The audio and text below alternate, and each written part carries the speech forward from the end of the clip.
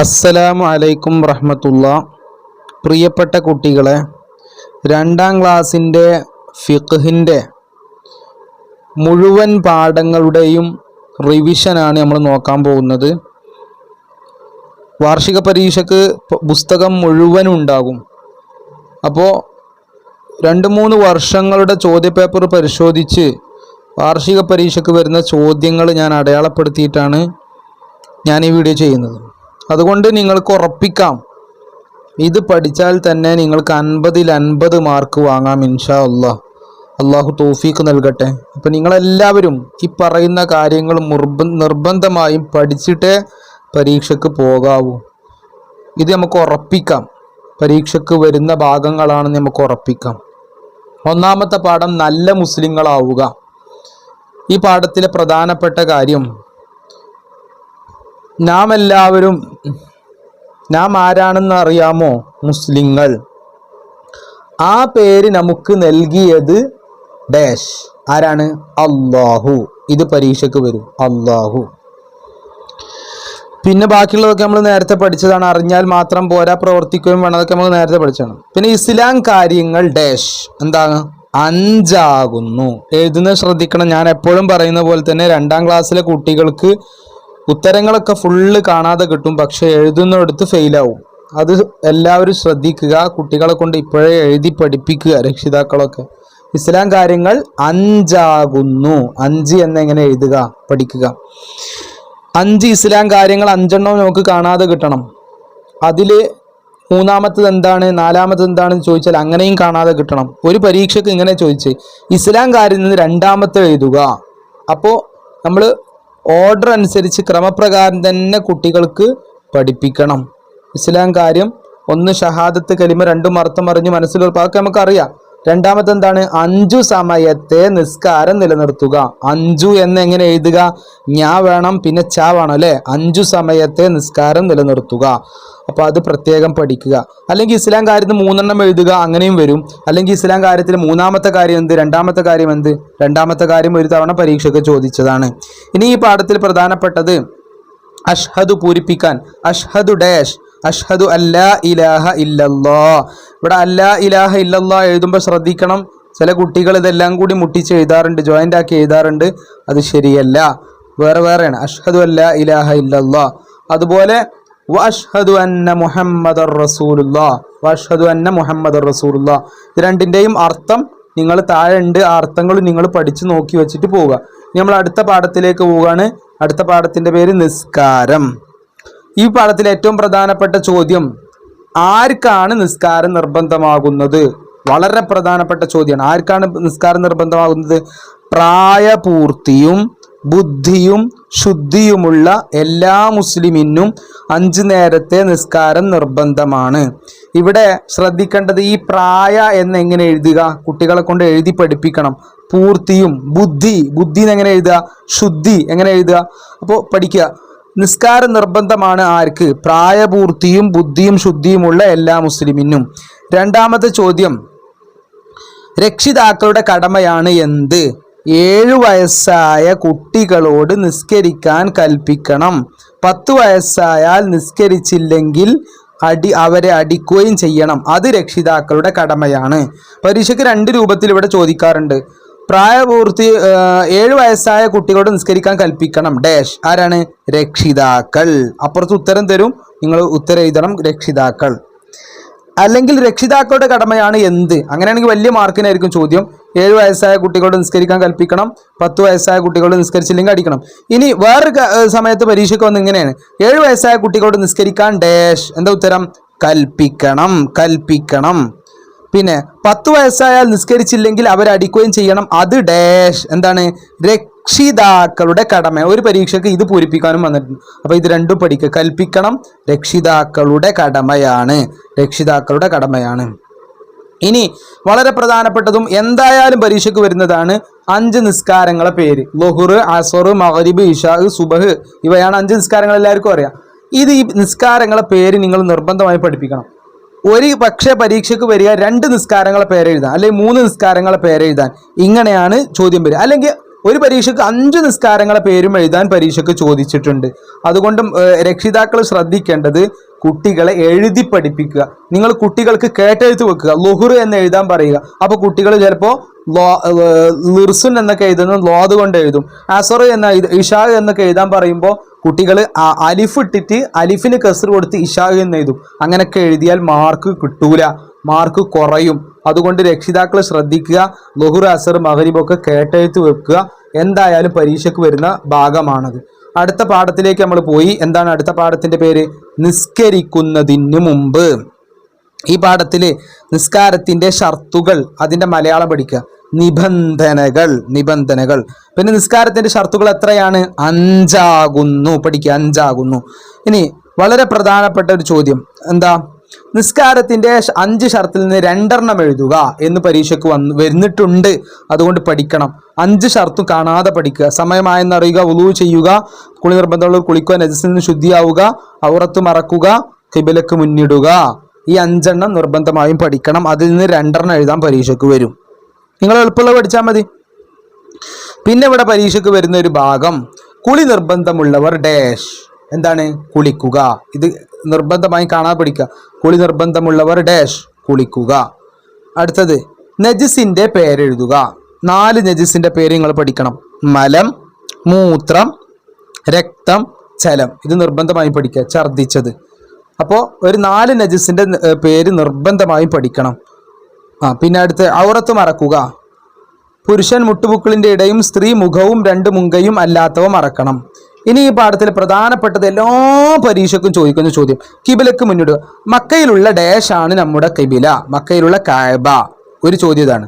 ഇനി ചോദ്യം ഇങ്ങനെ വന്നിട്ട്, മക്കയിലുള്ള കഅബയാണ് നമ്മുടെ ഡാഷ്. എന്താണ്? കിബില.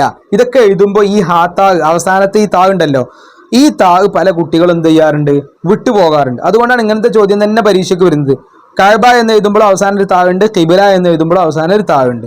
ഇനി മറ്റൊരു ചോദ്യം, പള്ളികളിൽ കാണുന്ന ഡാഷ് എന്താ? പള്ളികളിൽ കാണുന്ന മിഹ്റാബ്. അങ്ങനെ തന്നെ പഠിക്കണം. കിബിലക്ക് നേരെയാകുന്നു. ഇനി ഇങ്ങനെയും ചോദ്യം വന്നു, പള്ളികളിൽ കാണുന്ന മിഹ്റാബ് ഡാഷിന് നേരെയാകുന്നു, കിബിലക്ക് നേരെ. അപ്പൊ ഇവിടെ ഈ 2 വരി തന്നെ 3 ചോദ്യം പഠിക്കാനുണ്ട്. ഒന്ന്, മക്കയിലുള്ള കഅബ നമ്മുടെ കിബില, പള്ളികളിൽ കാണുന്ന മിഹ്റാബ് കിബിലക്ക് നേരെയാകുന്നു. ഈ 2 വരി കാണാതെ പഠിച്ചാൽ അവിടുന്ന് വരുന്ന 3 ചോദ്യം നിങ്ങൾ ഫുൾ ആൻസർ വാങ്ങാം. അടുത്ത പാഠത്തിലേക്ക് നമ്മൾ പോവുകയാണ്. വുളൂ ചെയ്തു പഠിക്കാം.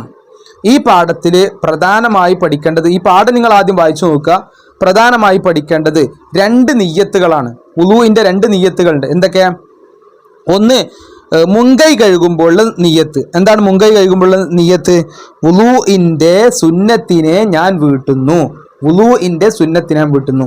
മറ്റൊരു നിയ്യത്ത് മുഖം കഴുകുമ്പോഴാണ്. എന്താണ്? വുളൂ എന്ന ഫർളിനെ ഞാൻ വീട്ടുന്നു.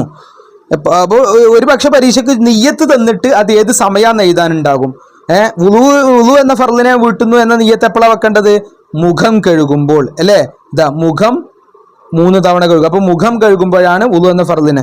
ഇനി വുളൂവിന്റെ സുന്നത്തിനെ വീട്ടുന്നത് എപ്പോഴാണ്? മുങ്കൈ 2ഉം 3 തവണ കഴുകുക. മുങ്കൈ കഴുകുമ്പോഴാണ്. മനസ്സിലായല്ലോ? ഇനി ഈ പരീക്ഷയ്ക്ക് വരുന്ന, ഈ പാഠത്തിൽ പരീക്ഷയ്ക്ക് വരുന്ന റിപ്പീറ്റഡ് ക്വസ്റ്റ്യൻ, റിപ്പീറ്റഡ് എന്ന് പറഞ്ഞാൽ ഒരുപാട് വർഷം ആവർത്തിച്ച ചോദ്യമാണ്. എന്ത്? 3 തവണ അല്ല, 2ഉം ഒന്നിച്ചു തടവണം. ഏതാണ്? ചെവി. ഇനി ഇങ്ങനെ വന്ന് ചെവി 2ഉം ഡാഷ് തവണയും എന്താ? ഒന്നിച്ചു 3 തവണ. ഇനി ഒന്നിച്ചു 3 തവണ തടവേണ്ടത് എന്ത്? അങ്ങനെയും വരും. അപ്പൊ എന്താണ്? ചെവി രണ്ടും. അപ്പൊ തിരിച്ചും മറിച്ചും നിങ്ങൾ ഇത് കാണാതെ പഠിക്കുക. ചെവി 2ഉം ഒന്നിച്ചു 3 തവണ തടവണം. അത് അങ്ങനെ തന്നെ പഠിക്കുക. അടുത്ത പാഠത്തിലേക്ക് നമ്മൾ പോവുകയാണ്. ശരിയായി വുളൂ ചെയ്തുവോ? ഇതിവിടെ നമ്മൾ പഠിക്കുന്ന വുളൂഇന്റെ ഷർത്തുകളാണ്, അല്ലെ? വുളൂഇന്റെ ഷർത്തുകൾ എത്രയാണ്? 5 ആകുന്നു. വുളൂഇന്റെ ഷർത്തുകൾ എത്രയാണ്? 5 ആകുന്നു. 5 വുളൂഇന്റെ ഷർത്തിൽ നിന്ന് മിനിമം 2 പഠിക്കണം. വുളൂ ചെയ്യുന്ന വെള്ളം ഡാഷ് ആയിരിക്കണം. പരീക്ഷയ്ക്ക് വന്നിട്ടുണ്ട്. എന്തായിരിക്കണം? തൊഹൂറായിരിക്കണം. എന്താ തൊഹൂർ എന്ന് പറഞ്ഞാൽ? നല്ല വെള്ളം. അതായത് നജിസ് ഉണ്ടാവാനോ അല്ലെങ്കിൽ കളറോ മറ്റോ ഒന്നും മാറി അങ്ങനത്തെ വെള്ളമൊന്നും പറ്റൂല, അല്ലേ? നല്ല വെള്ളമായിരിക്കണം. ശുദ്ധിയുള്ള വെള്ളമായിരിക്കണം. അപ്പോൾ വുളൂ ചെയ്യുന്ന വെള്ളം തഹൂറായിരിക്കണം. പിന്നെ വുളൂവിന്റെ അവയവങ്ങളിൽ വെള്ളം ചേരുന്ന തടസ്സങ്ങൾ ഉണ്ടാവരുത്. അപ്പോൾ ഒരു വർഷം പരീക്ഷയ്ക്ക് വന്നത് ഇങ്ങനെയാണ്. അതായത് വെള്ളം ചേരുന്നതിന് തടസ്സങ്ങൾ ഡാഷ് എന്താ ഉണ്ടാവരുത്. ഉണ്ടാന്ന് എങ്ങനെ എഴുതാ ഉണ്ടാവരുത്. എഴുതുന്ന എങ്ങനെ എഴുതുന്ന പഠിച്ച് മനസ്സിലാക്കി വെക്കുക കേട്ടോ. അപ്പൊ ഇവിടെ പരീക്ഷയ്ക്ക് വരുന്ന ഒരു ചോദ്യം വെള്ളം ചേരുന്നതിനുള്ള തടസ്സങ്ങൾ ഡാഷ് എന്താ ഉണ്ടാവരുത്. രണ്ടാമത്തെ ഇവിടുത്തെ ചോദ്യം വുളുഇന്റെ അവയവങ്ങളിൽ വെള്ളം ചേരുന്ന തടസ്സങ്ങൾ ഏതെല്ലാം? മെഴുക്, പശ, ചുണ്ണാമ്പ് മുതലായവ. ഇതിലെ 3 നിങ്ങൾ പഠിക്കുക. മെഴുക്, പശ, ചുണ്ണാമ്പ്, മെഴുക്, പശ, ചുണ്ണാമ്പ്, മെഴുക്, പശ, ചുണ്ണാമ്പ്. പിന്നെ ഇവിടുത്തെ ചോദ്യം എന്താണ്? വുളു ചെയ്യുന്ന വെള്ളം ഡാഷ് എന്താ തഹൂറായിരിക്കണം. അതാണ് ഇവിടുത്തെ ചോദ്യം. അടുത്ത വെള്ളത്തിന്റെ അവസ്ഥയെ മാറ്റുന്ന സാധനങ്ങൾ ഏതൊക്കെ? മഷി, ചായം മുതലായവ. ഇത് രണ്ടും തമ്മിൽ എന്താ വ്യത്യാസം? മഷി ആകുമ്പോൾ വെള്ളത്തിൽ കലരും അല്ലെ, ചായ ആകുമ്പോഴും വെള്ളത്തിൽ കളരും. പക്ഷെ ഇതങ്ങനെയല്ല, ഇത് റബ്ബർ പോലെ എങ്ങനെ നിൽക്കും, പക്ഷെ അവിടേക്ക് വെള്ളം എത്തൂല. അങ്ങനത്തതാണ് മെഴുക്, പശ, ചുണ്ണാമ്പൊക്കെ. അപ്പൊ അത് മനസ്സിലായി. ഇനി നമ്മൾ ഈ പാഠത്തിൽ പഠിക്കേണ്ട മറ്റൊരു ചോദ്യമാണ് കഴുകേണ്ടുന്ന അവയവങ്ങളിൽ വെള്ളം ഡാഷ് എന്താണ് ഒലിക്കണം. കഴുകേണ്ടുന്ന അവയവങ്ങളിൽ വെള്ളം ഡാഷ് എന്താണ് ഒലിക്കണം. കാണാതെ പഠിക്കുക. കഴുകേണ്ടുന്ന അവയവങ്ങളിൽ വെള്ളം ഡാഷ്. അധികവും പൂരിപ്പിക്കാനാണ് 2ാം ക്ലാസ്സിൽ ചോദ്യ പേപ്പർ ഉണ്ടാവുക കേട്ടോ. പൂരിപ്പിക്കാനും അതുപോലെ തന്നെ ചേരുംപടി ചേർക്കാനും മാച്ച് ദ ഫോളോയിങ്ങും ഈ 2 ക്വസ്റ്റ്യൻസ് അധികം ഉണ്ടാകും, പ്രത്യേകിച്ച് ഫിഖ്ഹ്ന്നൊക്കെ. അപ്പൊ എല്ലാവരും 2 ഉത്തരവും പഠിക്കുക. ഇനി ഇതൊക്കെ നിങ്ങൾ മനസ്സിലാക്കി പോവുക. മൂത്രവാർച്ച പോലെ പതിവായി അശുദ്ധിയുള്ളവർ നിസ്കാരത്തിന്റെ സമയമാവുകയും ഡാഷ് എന്താ ആയെന്നറിയുകയും ചെയ്ത ശേഷം വുളൂ ചെയ്യണം. അല്ലെങ്കിൽ ചോദ്യം ഇങ്ങനെ വരും, സമയമാവുകയും ആയെന്നറിയുകയും ചെയ്ത ശേഷം വുളൂ ചെയ്യണം. ആർക്ക്? മൂത്രവാർച്ച പോലെ പതിവായി അശുദ്ധിയുള്ളവർ. നമ്മൾ അടുത്ത പാഠത്തിലേക്ക് പോവുകയാണ്. അടുത്ത പാഠം വുളൂ നഷ്ടപ്പെടുന്ന കാര്യങ്ങൾ. വുളൂ നഷ്ടപ്പെടുന്ന കാര്യങ്ങൾ എത്ര? അതായത് പ്രധാനപ്പെട്ട ചോദ്യം. വുളൂ നഷ്ടപ്പെടുന്ന കാര്യങ്ങൾ എത്രയാണ്? 4 അല്ലേ? ആ വുളൂ നഷ്ടപ്പെടുന്ന കാര്യങ്ങൾ 4 നിങ്ങൾ വായിച്ചു പഠിക്കുക. ഇനി ഇവിടെ പരീക്ഷയ്ക്ക് വരുന്ന ഒരു ചോദ്യമുണ്ട്. അതെന്താണ്? ബോധം നീങ്ങുന്ന കാര്യങ്ങൾ ഏതെല്ലാം? ഭ്രാന്ത്, ബോധക്ഷയം, മത്ത് മുതലായവ. ഇതൊക്കെ ഭ്രാന്ത്, ബോധക്ഷയം, മത്ത് മുതലായവ. ഇനി ബോധക്ഷയം കൊണ്ട് ഡാഷ് എന്താ ബോധം നീങ്ങാം. ബോധം എന്നെങ്ങനെ എഴുതുക? ബോധ കഴിഞ്ഞ് ഹാവാണ് അല്ലെ, ബോധം നീങ്ങാം. പരീക്ഷയ്ക്ക് ഇങ്ങനെ ചോദ്യം വന്നിട്ടുണ്ട്. ബോധക്ഷയം കൊണ്ട് ഡാഷ് എന്താ ബോധം നീങ്ങാം. ബോധക്ഷയം കൊണ്ട് ബോധം നീങ്ങാം. പിന്നെ ബോധം നീങ്ങുന്ന കാര്യങ്ങൾ ഏതെല്ലാം? അങ്ങനെയും ചോദ്യം വന്നു. ഭ്രാന്ത് എഴുതുമ്പോൾ ഹാ ഉണ്ട് കേട്ടോ. ഭ്രാന്ത്, ബോധക്ഷയം ഇവിടെയും ഹാ ഉണ്ട്. ക്ഷയം, മത്ത്. മനസ്സിലായല്ലോ? ബാക്കി വുളു മുറിയുന്ന കാര്യങ്ങൾ നിങ്ങൾ പഠിക്കുക. അടുത്ത പാഠത്തിലേക്ക് നമ്മൾ പോവുകയാണ്. അടുത്ത പാഠത്തിന്റെ പേര് എന്താണ്? ബാങ്കും ഇഖാമത്തും. ഈ പാഠത്തിൽ പ്രധാനപ്പെട്ട ചോദ്യം 5 നേരത്തെ നിസ്കാരങ്ങൾക്ക് മുമ്പ് ബാങ്കും ഇഖാമത്തും ഡാഷ് എന്താണ് സുന്നത്താണ്. അടുത്ത് ഇവിടുന്ന് എന്തായാലും ചോദ്യം വരും കേട്ടോ. ഷുവർ ചോദ്യമാണ്, എന്തായാലും വരും. സ്ത്രീകൾക്ക് ബാങ്ക് ഡാഷ് എന്താണ് സുന്നത്തില്ല. ഇനി ഇവിടെ നമ്മൾ പഠിക്കേണ്ടത് സ്ത്രീകൾക്ക് സുന്നത്തില്ല എന്ത്? ചോദ്യം എന്താണ്? ഉത്തരം എന്താണ്? ബാങ്ക്. പിന്നെ ബാങ്കും ഇഖാമത്തും സുന്നത്താണ്. ആർക്ക്? പുരുഷന്മാർക്ക്. സ്ത്രീകൾക്ക് സുന്നത്താണ് എന്ത്? ഇഖാമത്ത്. എന്ത് സുന്നത്തില്ല? ബാങ്ക് സുന്നത്തില്ല. ഇതൊക്കെ നല്ലോണം നിങ്ങൾ പഠിക്കുക കേട്ടോ. ഇത് പൂരിപ്പിക്കാൻ സുന്നത്താണെന്നുള്ള പൂരിപ്പിക്കാൻ. പിന്നെ ഇവിടെ ബാങ്ക് സുന്നത്തില്ല ആർക്ക്? സ്ത്രീകൾക്ക്. ഇത് പഠിക്കണം കേട്ടോ. സ്ത്രീകൾ എങ്ങനെ എഴുതുക പഠിക്കുക കേട്ടോ. എങ്ങനെ എഴുതേണ്ടത് പഠിക്കുക. അടുത്തത് ഇവിടെ സുബൈ ബാങ്കിൽ പ്രത്യേകം പറയേണ്ടത് എന്താണ്? ഹയ്യാൽ ഫലാഹിന് ശേഷം എന്താ പറയേണ്ടത്? അസ്വലാത്തു ഖൈറും മിനന്നൗം. ഇവിടെ ചോദ്യം 2 രൂപത്തിൽ വരും. അസ്വലാത്തു ഖൈറും മിനന്നൗം പറയേണ്ടത് എവിടെ? സുബഹി ബാങ്കിൽ ഹയ്യാൽ അൽ ഫലാഹിന് ശേഷം. സുബൈ ബാങ്കിൽ ഹയ്യാൽ അൽ ഫലാഹിന് ശേഷം. ഇനി ഇങ്ങനെ ചോദ്യം, സുബൈ ബാങ്കിൽ ഹയ്യാൽ ഫലാഹിന് ശേഷം എന്ത് പറയണം? അസ്വലാത്തു ഖൈറും മിനന്നൗം എന്ന് പറയണം. അപ്പൊ 2ഉം പഠിക്കുക. അസ്വലാത്തു ഖൈറും മിനന്നൗം പറയേണ്ടത് എവിടെയാണ്? സുബൈ ബാങ്കിലാണ്. സുബൈ ബാങ്കിൽ ഹയ്യാൽ ഫലാഹിന് ശേഷം പറയേണ്ടത് എന്താണ്? അസ്വലാത്തു ഖൈറും മിനന്നൗം. പഠിച്ചില്ലേ? അടുത്തത് ഇഖാമത്തിൽ പ്രത്യേകം പറയേണ്ടത് എന്താണ്? ഇഖാമത്തിൽ പറയേണ്ടത് ഖദ് ഖാമത്തിസ് സ്വലാത്തു ഖദ് ഖാമത്തിസ് സ്വലാ. ഇനി ഒരു പരീക്ഷയ്ക്ക് വന്നത് ഇങ്ങനെയാണ്. ഖദ് ഖാമത്തിസ് സ്വലാത്തു ഖദ് ഖാമത്തിസ് സ്വലാ എന്ന് പറയേണ്ടത് എവിടെ? ബാങ്കിൽ, ഇഖാമത്തിൽ. ഏതിലാണ്? ഇഖാമത്തിൽ. ഇഖാമത്ത് എങ്ങനെ എഴുതുക ശ്രദ്ധിക്കുക. അപ്പൊ ഈ പാഠത്തിൽ പ്രധാനപ്പെട്ട കഴിഞ്ഞ് നമ്മൾ അടുത്ത പാഠത്തിലേക്ക് പോവാണ്. അടുത്ത പാഠം നിസ്കരിച്ചു പഠിക്കാം. ഇവിടെ ആദ്യമായി പഠിക്കേണ്ടത് നിൽക്കാൻ കഴിയാത്തവർക്ക് ഡാഷ് എന്താണ്? ഇരുന്നും ചെയ്യാം. കണ്ട നിങ്ങൾ നിൽക്കാൻ കഴിയാത്തവർക്ക് ഇരുന്നും ചെയ്യാം. അടുത്ത ചോദ്യം ഇങ്ങനെ തിരിച്ചു വരും. ഇരുന്നും ചെയ്യാം ആർക്ക്? നിൽക്കാൻ കഴിയാത്തവർക്ക്. രണ്ടും പഠിക്കട്ടോ. നിൽക്കാൻ കഴിയാത്തവർക്ക് ഡാഷ് ഇരുന്നും ചെയ്യാം. ഇരുന്ന് ചെയ്യാം ആർക്ക്? നിൽക്കാൻ കഴിയാത്തവർക്ക്. Okay okay okay. അടുത്തത് നിയ്യത്ത് പഠിക്കുക. ഉസല്ലി ഫർളുൽ ളുഹ്രി. ഉസല്ലി ഫർളുൽ ളുഹ്രി. ഉസല്ലി ഫർളുൽ ളുഹ്രി. സുബഹി ആണെങ്കിൽ ഉസല്ലി ഫർളുൽ സുബഹി. ളുഹർ എന്ന ഫർള് ഞാൻ നിസ്കരിക്കുന്നു. ഇതിനെ അറബിയും മലയാളം രണ്ടും പഠിക്കുക. ഉസല്ലി ഫർളുൽ ളുഹ്രി. ളുഹർ എന്ന ഫർള് ഞാൻ നിസ്കരിക്കുന്നു. ഇനി ഈ പാഠത്തിൽ പ്രധാനപ്പെട്ടത് ഫാത്തിഹ ഓതുന്ന സമയത്തുള്ള സുന്നത്തുകളാണ്. ഫാത്തിഹ ഓതുന്നു. ഫാത്തിഹയുടെ മുമ്പ് അഊദു, ശേഷം ആമീൻ എന്നും പറയുന്നു. അപ്പോൾ ഇവിടെ ചോദ്യം എങ്ങനെയാണ്? ഫാത്തിഹയുടെ മുമ്പ് എന്താണ്? അഊദു.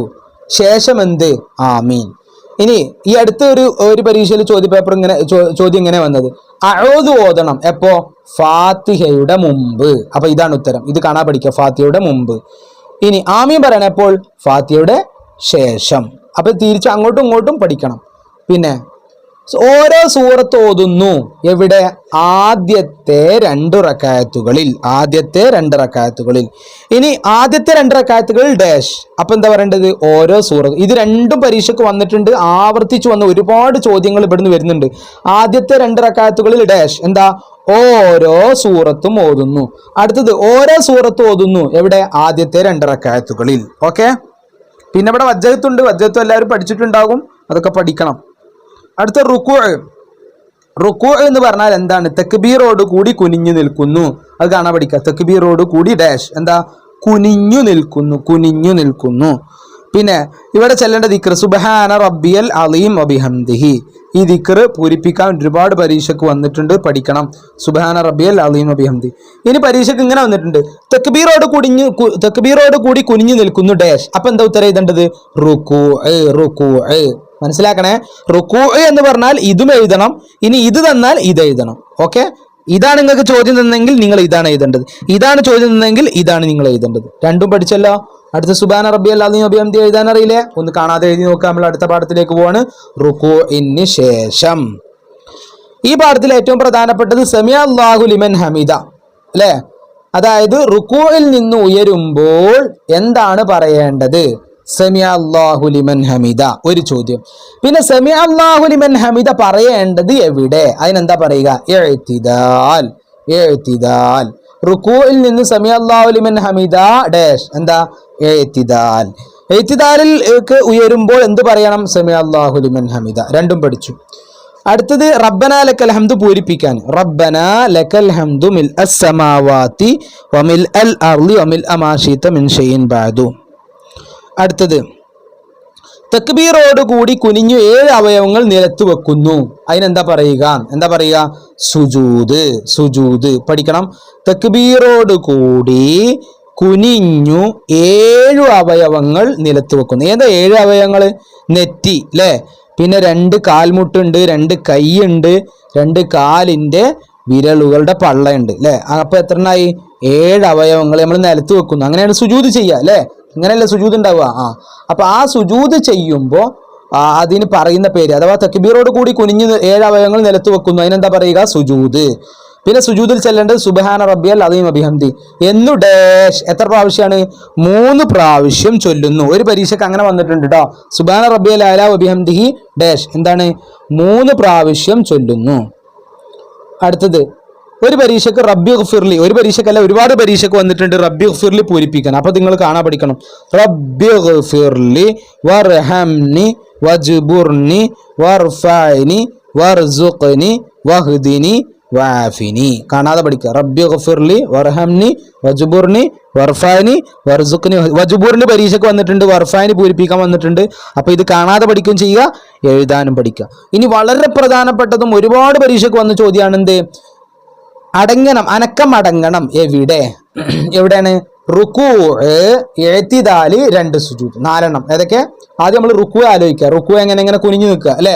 പിന്നെ ഇഅ്തിദാൽ മേലേക്ക് ഉയർന്നു. അപ്പൊ റുക്കൂ, ഇഅ്തിദാൽ, പിന്നെ 2 സുജൂദ്. ഈ 4 സ്ഥലങ്ങളിലാണ് എന്ത് വേണ്ടത്? അനക്കം അടങ്ങേണ്ടത്. അനക്കം അടങ്ങുന്നതിന്റെ പേരെന്ത്? തുമഇനീനത്ത്. അപ്പൊ ഇതിവിടെ 3 ചോദ്യം പഠിക്കാണ്ട്, 3 ഉത്തരം പഠിക്കാണ്ട്.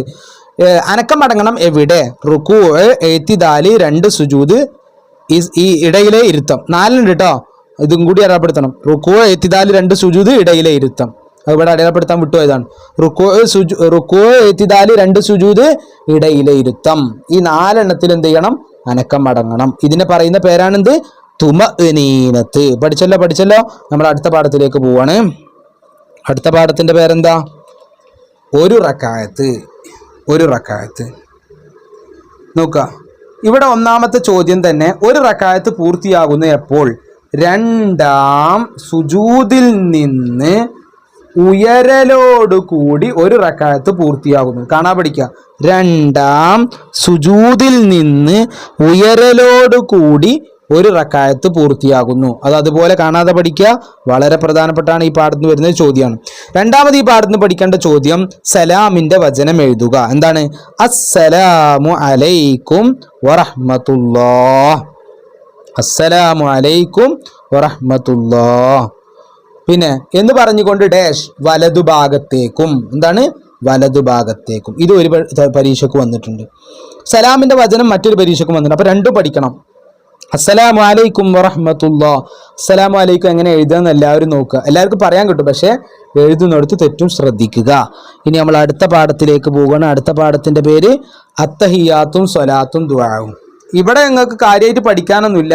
അത്തഹിയാത്ത് കാണാതെ പഠിക്കുക, സ്വലാത്ത് കാണാതെ പഠിക്കുക, ദുആ കാണാതെ പഠിക്കുക. എന്നിട്ട് പിന്നെ പരീക്ഷയ്ക്ക് പൂരിപ്പിക്കാൻ വരും. എല്ലാം കൂടി ഒന്നും വരൂലേ, കുറച്ചു ഭാഗമേ വരുള്ളൂ. ഇപ്പൊ കഴിഞ്ഞ പരീക്ഷയ്ക്ക് വന്നത് അസ്സലാമു അലൈന വഅലാ ഇബാദില്ലാഹി സ്വലിഹീൻ, ഇതാണ് പൂരിപ്പിക്കാൻ വന്നത്. അപ്പൊ നിങ്ങളിത് ഫുള്ള് കാണാതെ പഠിക്കണം. ഒന്ന്. രണ്ടാമത് നിങ്ങൾ എഴുതി നോക്കും വേണം. കാണാതെ എഴുതി നോക്കണം. നിങ്ങൾക്ക് ഫുൾ മാർക്ക് വാങ്ങണമെങ്കിൽ നിങ്ങൾ എന്ത് ചെയ്യണം? ഇത് കാണാതെ എഴുതി നോക്കും വേണം. പിന്നെ സ്വലാത്ത്. സ്വലാത്ത് കഴിഞ്ഞിട്ട് ദുആ ആണ് കുറെ പരീക്ഷയ്ക്ക് വന്നത്. ദുആ തന്നെ തെറ്റ് തിരുത്താൻ വരും. അല്ലാഹുമ്മ ഗ്ഫിർലി മാ ഖദ്ദംതുന്റെ സ്പെല്ലിംഗ് നോക്കുക. ചില കുട്ടികൾ എന്ത് ചെയ്യും? സാദാ കാഫ് എഴുതും. അപ്പോൾ ഒരു പരീക്ഷയ്ക്ക് സാദാ കാഫുള്ള മാ ഖദ്ദംതും തന്നു, ഇതുപോലെയും തന്നു. അപ്പൊ ഏതാണ് ശരി എഴുതാൻ പറഞ്ഞു. അപ്പൊ ഇതാണ് ശരി, മാ ഖദ്ദംതു. അപ്പൊ നിങ്ങൾ എന്ത് ചെയ്യണം? ഇതിന്റെ അക്ഷരങ്ങൾ ശരിക്കും നോക്കി മനസ്സിലാക്കണം. ഇതെല്ലാവരും പഠിച്ചിട്ടുണ്ടാകും. ഇല്ലെങ്കിൽ വേഗം പഠിക്കുക. നിങ്ങൾക്ക് ഹിഫ്ള് പരീക്ഷയ്ക്കും ഈ ഭാഗത്തു നിന്നൊക്കെ ചോദ്യങ്ങൾ വരും. അടുത്തത് അൽ ഖുനൂത്ത് എന്ന് പറയുന്ന പാഠാണ് അല്ലേ. സുബൈ നിസ്കാരത്തിൽ ഒരു പ്രത്യേകതയുണ്ട്. അതിന്റെ 2ാം റക്അത്തിൽ എത്തിദാലിൽ ദിക്റുകൾക്ക് ശേഷം 2 കൈയും ഉയർത്തി കുനൂത്ത് ഓതണം. ചോദ്യം ഇതാണ്, കുനൂത്ത് സുന്നത്തുള്ള നിസ്കാരം ഏതാണ്? സുബഹ്. അടുത്ത സുബൈ നിസ്കാരത്തിലെ പ്രത്യേകത എന്ത്? കുനൂത്ത് ഓതണം. അടുത്ത 3ാമത്തെ ചോദ്യം, കുനൂത്ത് ഓതേണ്ടത് എവിടെ? സുബൈയിലെ 2ാം റക്അത്തിലെ എത്തിദാലിൽ. 2ാം റക്അത്തിലെ എത്തിദാലിൽ. അപ്പൊ നിങ്ങൾ 3 ചോദ്യത്തിന്റെ ഉത്തരം അവിടെ നിങ്ങൾ പഠിക്കണം. പിന്നെ ഇവിടെ നിങ്ങൾക്ക് പരീക്ഷയ്ക്ക് പൂരിപ്പിക്കാൻ വരും. ഇതും പഠിക്കാത്തവർ വേഗം പഠിച്ചെടുക്കുക. പരീക്ഷ ആവുന്നതിന് മുമ്പ് വേഗം പഠിക്കുക. അല്ലാഹുമ്മ ഹ്ദിനി ഫീമൻ ഹദൈത് വആഫിനി ഫീമൻ ആഫൈത്. ഇതാണ് ഒരു തവണ പരീക്ഷയ്ക്ക് പൂരിപ്പിക്കാൻ വന്നത്. വആഫിനി ഫീമൻ ആഫൈത് വതവല്ലനി ഫീമൻ തവല്ലൈത് വബാരിക് ലി ഫീമാ അഅതൈത് വഖിനി ശർറ മാ ഖളൈത് ഫഇന്നക തഖ്ളി വലാ യുഖ്ളാ അലൈക് വഇന്നഹു ലാ യദില്ലു മൻ വാലൈത് വലാ യഅസ്സു മൻ ആദൈത്. ഒരു പരീക്ഷയ്ക്ക് ഇതാണ് പൂരിപ്പിക്കാവുന്നത്. വലാ യഅസ്സു മൻ ആദൈത്. തബാറക്ത റബ്ബനാ വതആലൈത് ഫലക്കൽ ഹംദു അലാ മാ ഖളൈത് അസ്തഗ്ഫിറുക വഅതൂബു ഇലൈക് വസല്ലല്ലാഹു അലാ ഖൈരി ഖൽഖി സയ്യിദിനാ മുഹമ്മദിൻ നബിയിൽ ഉമ്മി വഅലാ ആലിഹി വസല്ലം. ഇനി ഒരു പരീക്ഷയ്ക്ക് ഇത് വന്നു, റബ്ബി ഗഫിർ വർഹം വഅൻത അർഹമുർ റഹീമീൻ. അപ്പൊ നിങ്ങൾ ഇത് ഫുള്ള് ബൈഹാർട്ട് ആക്കിയാണ് പരിശോധിക്കാനാണ് ഇതൊക്കെ ചോദിക്കുന്നത്. മനസ്സിലായോ? അപ്പൊ നിങ്ങൾ ഇത് ഫുള്ള് ബൈഹാർട്ട് ആക്കണം. റബ്ബി ഗഫിർ വർഹം, ഇത് മാത്രം പഠിച്ചു പോയിട്ടൊന്നും കാര്യമില്ല. പരീക്ഷയ്ക്ക് ഇത് വരുന്ന ഉറപ്പൊന്നുമില്ലല്ലോ. അപ്പൊ നിങ്ങൾ ഇത് ഫുള്ള് കാണാതെ പഠിക്കണം. അപ്പോൾ അതോടുകൂടി ഈ ഫിഖ് എന്ന് പറയുന്ന 2ാം ക്ലാസ്സിലെ ഫിഖ് പഠിച്ചു കഴിഞ്ഞു. ഇത് പഠിച്ചാൽ തന്നെ നിങ്ങൾക്ക് 50ൽ 50 മാർക്കും വാങ്ങാം. എല്ലാവർക്കും അള്ളാഹു നല്ല വിജയം നൽകട്ടെ.